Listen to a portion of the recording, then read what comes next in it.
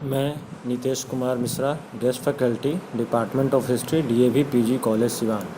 आज हम शीत युद्ध के दौरान विभिन्न अंतर्राष्ट्रीय संगठनों, सैन्य संगठनों के निर्माण पर चर्चा करेंगे। द्वितीय विश्व युद्ध के समाप्ति के पश्चात विश्व में रूस और अमेरिका के रूप में दो नए सुपर पावर का उदय हुआ। इन दोनों देशों के मध्य 1945 से 1990 के बीच लगातार युद्ध की स्थिति बनी रही। इसे ही शीत युद्ध कहा गया। यह युद्ध सशस्त्र युद्ध न था, न ही पारंपरिक हथियारों से लड़ा जाने वाला परंपरागत युद्ध था। यह न तो मैदानी युद्ध था, न ही प्रत्यक्षतः दो देशों के बीच का युद्ध था।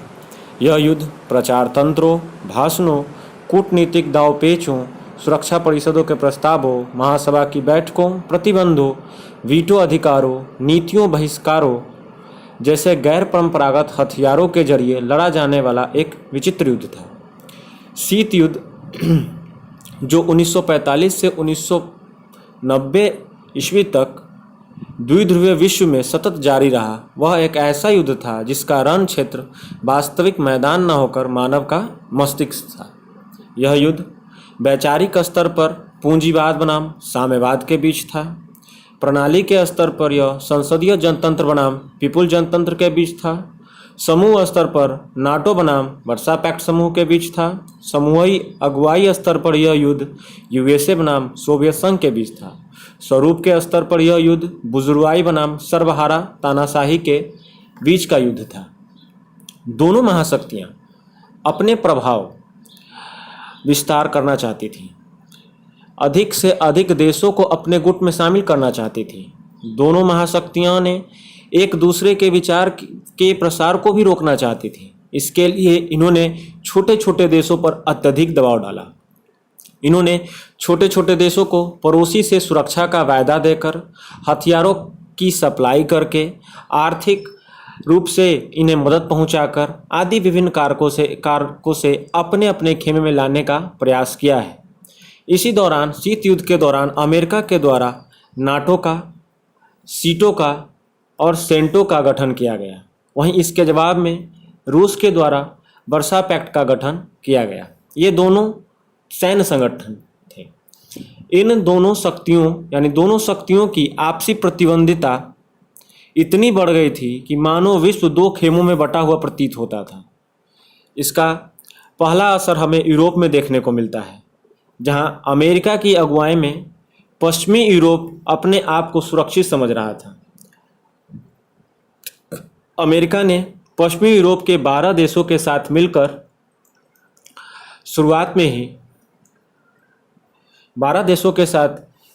शुरुआत में नाटो का गठन किया। इसे ही उत्तरी अटलांटिक संधि संगठन कहा जाता है। इनका मुख्य उद्देश्य था कि रूस के प्रभाव को पश्चिमी यूरोप में बढ़ने से रोकना। इसके जवाब में पूर्वी यूरोप के देशों को साथ लेकर सोवियत संघ ने 1955 में वर्सा पैक्ट का गठन किया।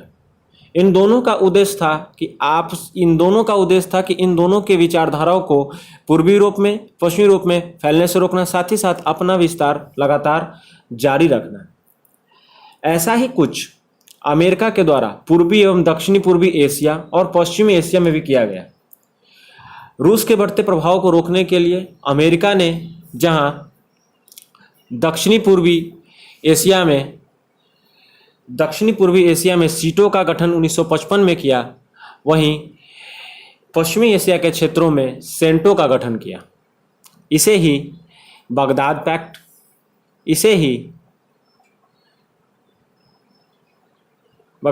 कहा गया, जो 1955 ईस्वी में गठित किया गया। एक सवाल उठता है कि इन महाशक्तियों को गठबंधन बनाने की आवश्यकता क्यों आन पड़ी। ये महाशक्तियां एशिया, अफ्रीका, यूरोप की सम्मिलित सेना का भी आसानी से सामना कर सकती थी। फिर भी ऐसी क्या ज़रूरतें थीं जो इन महाशक्तियों को आपसी गठबंधन बनाने के लिए प्रेरित किया। तो इसके पीछे जब हम बात करते हैं तो हम देखते हैं कि इन छोटे छोटे देशों के पास खनिज और तेल का अकूत भंडार था, यानी संसाधन रूप से ये देश अत्यधिक समृद्ध थे। भू क्षेत्र की बात करें तो इन छोटे छोटे देशों पर वो अपना सैन्य अड्डा स्थापित कर सकते थे और सैन्य संचालन करने में इन्हें सहूलियत भी होती।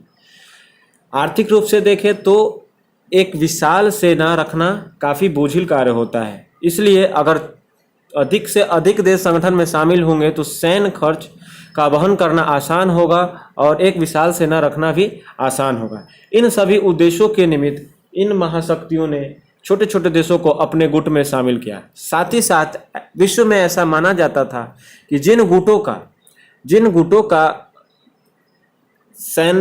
गुटों में शामिल देशों की संख्या अधिक होगी उनके विचार को अत्यधिक प्रासंगिक माना जाएगा।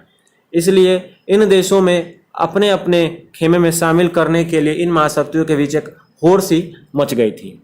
जहाँ तक इन संगठनों के उद्देश्य की बात है तो इन संगठनों के उद्देश्य के पीछे प्रमुख कारणों में से ये थे कि पहला कारण तो यही था कि इन दोनों देशों के मध्य यानी महाशक्तियों के बीच यह था कि इन दोनों के आपसी विचारधाराओं को विश्व में फैलने से रोकना।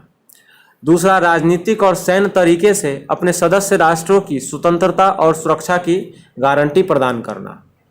तीसरा, वर्तमान और भविष्य के खतरों से निपटने के लिए नवाचार एवं अनुकूलन के साथ साथ उपकरणों के निर्माण को प्रोत्साहित करना। चौथा, सदस्य देशों के बीच एकजुटता और सामंजस्य की भावना पैदा करना। पांचवा, व्यक्तिगत स्वतंत्रता, लोकतंत्र, मानव अधिकारों, कानून के शासन के समान मूल्यों के आधार पर अस्थायी शांति सुनिश्चित करना। किसी भी सदस्य देश को राष्ट्रीय सुरक्षा के मामलों में निर्धारित प्राथमिक उद्देश्यों को प्राप्त करने के लिए अपनी पूरी क्षमता का उपयोग करने के लिए मजबूर ना करना। नेक्स्ट, अपने सदस्य देशों के क्षेत्र की रक्षा करना और जब संभव हो तो संकट को कम करने के लिए भी प्रयास करना। नेक्स्ट, समुद्र या समुद्र में संभावित खतरों से अपने सहयोगियों की रक्षा करने में मदद करना। ऐसे तमाम उद्देश्य थे इन संगठनों के गठन के पीछे। इन संगठनों में सबसे प्रमुख संगठन था नाटो संगठन। नाटो संगठन अमेरिका के द्वारा पश्चिमी यूरोप के देशों को साथ में लेकर बनाया गया एक संगठन था। इसे ही उत्तरी अटलांटिक संधि संगठन कहा जाता है। यह संगठन 4 अप्रैल 1949 को 12 संस्थापक सदस्य देशों के साथ अमेरिका के वाशिंगटन में इसका गठन किया गया। यह एक अंतर सरकारीय संगठन है। इसका मुख्यालय बेल्जियम की राजधानी ब्रुसेल्स में था। वर्तमान में इसके सदस्य देशों की संख्या 30 है। नाटो यूरोप और उत्तरी अमेरिका के देशों के मध्य एक सैन्य संगठन है।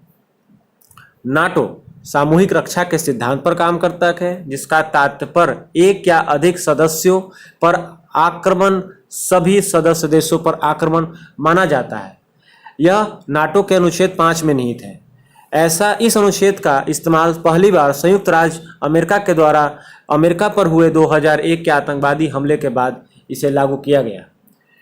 नाटो के सभी निर्णय सामूहिक इच्छा के आधार पर लिए जाते हैं और नाटो के सैन्य खर्च का 70% अमेरिका के द्वारा वहन किया जाता है। नाटो के उद्देश्य की जहां तक बात है तो अभी हमने उद्देश्य की चर्चा की है। कुल मिलाकर वही उद्देश्य नाटो के भी उद्देश्य थे। नाटो के उद्देश्य के पीछे पश्चिमी यूरोप में सोवियत संघ के साम्यवादी विचारधारा को रोकना था, राजनीतिक और सैन्य तरीके से अपने सदस्य राष्ट्रों की स्वतंत्रता और सुरक्षा की गारंटी प्रदान करना था, आतंकवाद को किसी भी रूप में स्वीकार न करना था, समुद्र या समुद्र में संभावित खतरों के अपने सहयोग की रक्षा करना था, सदस्य देशों के बीच एकजुटता और सामंजस्य की भावना पैदा करना था, यूरोप में व्यक्तिगत स्वतंत्रता, लोकतंत्र, मानव अधिकारों, कानून के शासन के समान मूल्य के आधार पर अस्थायी शांति सुनिश्चित करना था।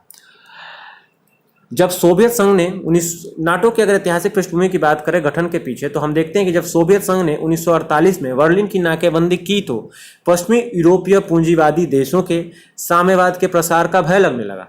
अतः पश्चिमी यूरोपीय देशों की सुरक्षा के लिए अमेरिका के नेतृत्व में नाटो नामक प्रतिरक्षा संगठन का निर्माण किया गया। फलतः इसके जवाब में सोवियत संघ ने भी वर्सा पैक्ट का गठन किया। इस प्रकार सशस्त्रीकरण को बढ़ावा मिला, जिसके कारण अमेरिका और सोवियत संघों के संबंधों में लगातार तनाव बढ़ता गया।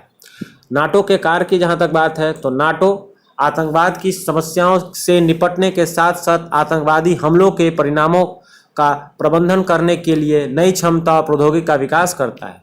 नाटो लोकतांत्रिक मूल्यों को बढ़ावा देने और अपने सदस्य देशों की समस्याओं को हल करने के अलावा न केवल विश्वास का निर्माण करता है बल्कि रक्षा और सुरक्षा मामलों पर परामर्श और सहयोग की अनुमति भी देता है। नाटो शांतिपूर्ण तरीके के विवादों को हल करने के लिए राजनयिक प्रयास करता है। यदि वे प्रयास विफल होता है तो इस प्रकार के संकट प्रबंधन कार्यों को करने के लिए सैन्य शक्ति का भी प्रयोग करता है। नाटो के मुख्य कार्य क्रमशः सामूहिक सुरक्षा, संकट प्रबंधन, सहकारी सुरक्षा, जिससे वर्तमान रणनीतिक अवधारणा के अंतर्गत निर्धारित किया गया है।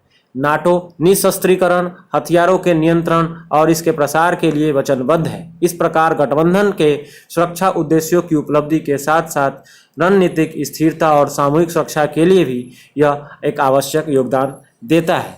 इस प्रकार हमने देखा कि नाटो के उद्देश्य और कार्य दोनों वर्तमान भविष्य में काफ़ी उपयोगी हैं और काफ़ी अच्छे कार्य नाटो ने किए हैं। इस प्रकार आज हमने शीत युद्ध के दौरान विभिन्न अंतर्राष्ट्रीय सैन्य संगठनों के निर्माण को देखा, उनके उद्देश्यों को देखा, नाटो के उद्देश्य को देखा, नाटो के गठन के पीछे के कारणों को देखा और नाटो के कार्य को देखा।